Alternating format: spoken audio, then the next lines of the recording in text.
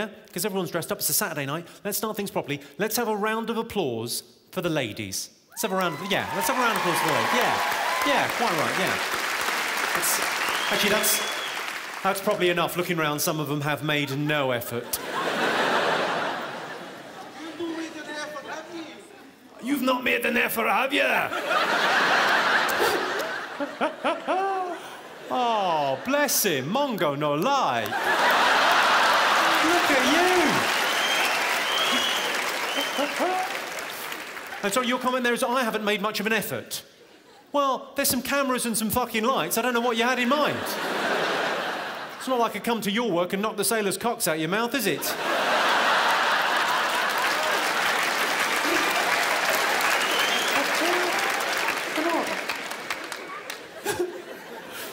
Seems like a very weird thing from quite a tough-looking man from Glasgow to say. Oh, you've not made much of an effort. I thought you'd be dressed up prettier. It's a little bit prison rape coming from you, sir. That's what it feels like. My point, there's an incredible amount of pressure on women these days to be beautiful and thin, and all I can say is, we've got some very brave girls in here this evening, really. Terrific stuff. So there are some stunning-looking women in here this evening, and some right dogs. You know who you are. I'm joking. No one in here is stunning. Right, let's try some rude stuff, see how we get along. Lady wind. Queefing. Fanny farts. The expulsion of air from the vajayjay during sexual intercourse. A cunt grunt. There are two main responses when a queef occurs. Some couples, it doesn't matter how gnarly or squelchy the noise, they deny the queef. Did you hear anything? No, I didn't hear anything. And they move on. Some couples, it's a funny little noise, they have a little giggle, they move on. Not a problem. I like to go a third way. I like to pretend the vagina is talking to me. What's that? There's a boy trapped down a well. I like to think of myself as the vagina whisperer.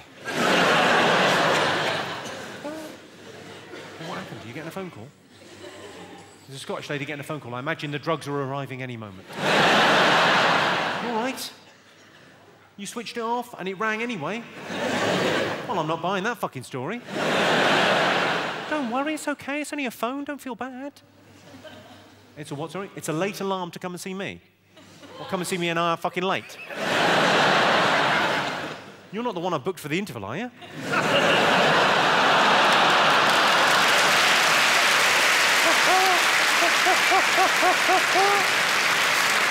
I'm going to take a photo of you, ladies and gentlemen, lest I forget you. You know, well, it's a big deal for me, recording a DVD. I thought I'd take a little photo. Yeah, go on, once. Is it right if your girlfriend wants you to watch her pee? She likes you watching her pee. I'm trying to get you to watch her. She's like, no. So, sorry. That's it. The question, I get asked that every show. It's weird that you would ask that. So, because she likes a lot of people to watch her pee. Is that your thing? You like people to watch you pee? Well, clearly, yes. He didn't say that for no reason, did he? Do you remember earlier when you said he was a pedo for making you dress up as a schoolgirl? I think it might be payback time. But surely you could just dress her as a schoolgirl and have her do a wee on you. That's fine. That plays into your whole pedo fantasy. Everyone's happy. Apart from anyone with any sort of sense of taste and decency. Who are frankly horrified by you too. Now, I don't know if anyone's seen any of the other TV shows that I made. I make a show called Distraction at the moment. Has anyone seen that? Yeah. Oh, just about everyone. And one person liked it. Well, that's good. If I can entertain just one man, I'll have been shit. The Distractions are quite good. It's Channel 4's replacement to Sex in the City. Just imagine the city is Dundee and the sex is anal. You get the idea. I do another show called Your Face or Mine. Has everyone seen that? It's quite good fun, I think. It's a fun show. It's as shallow as a tinker's bar. Sorry, no offence, I didn't mean to... But, you know, it's quite a fun show. It's basically about couples. It's about looks in relationships. Who here thinks looks are important in a relationship? Oh, quite a few of you being honest this evening. I sort of sit on the fence on that one. Are looks important in a relationship? Well, I mean, you don't look at the fireplace when you're poking the fire, do you? But you do when it's sucking you off, so...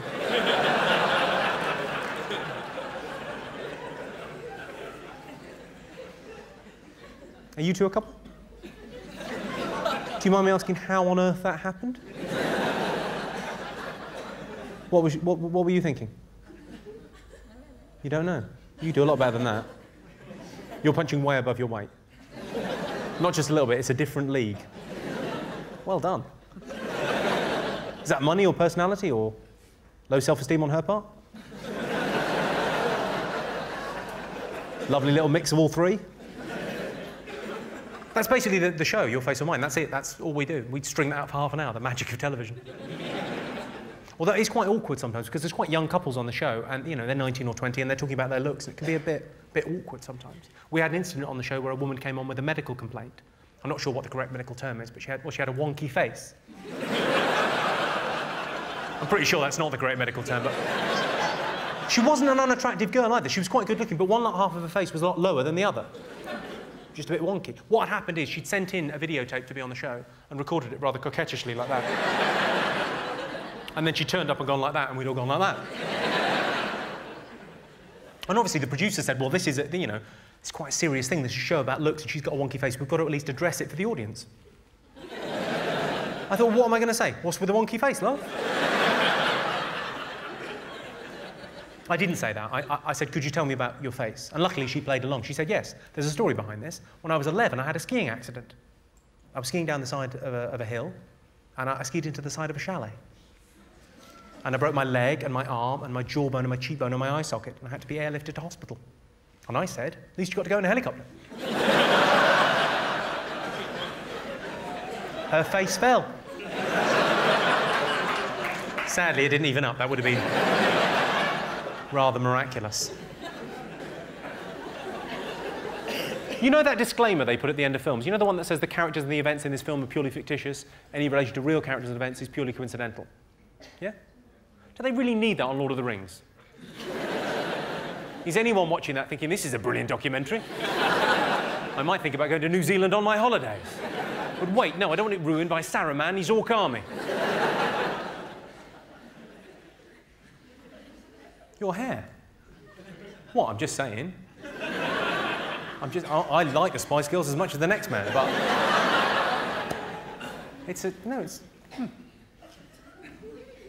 I can't help noticing you've got a tattoo on your... Well, it's your boob, isn't it, really? It sort of draws the eye. What is that, exactly? It's a rose on your... As if boobs aren't fun enough as they are. She's thought, I'll tell you, I'll brighten these things up. No fella's going to like these. What do guys like? They like flowers, don't they? Yeah, I'll get a picture of a flower. Did you not think, what do you like? What kind of thing? You look like the sort of bloke that like cars and guns and tanks. Get a nice tattoo of a tank on your tip. Lovely. He could be, you know, and going, oh, is that a Sherman?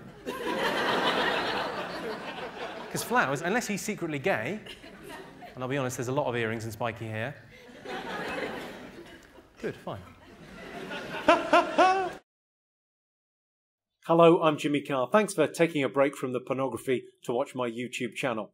Don't forget to click like and subscribe. Now, back to jerking off.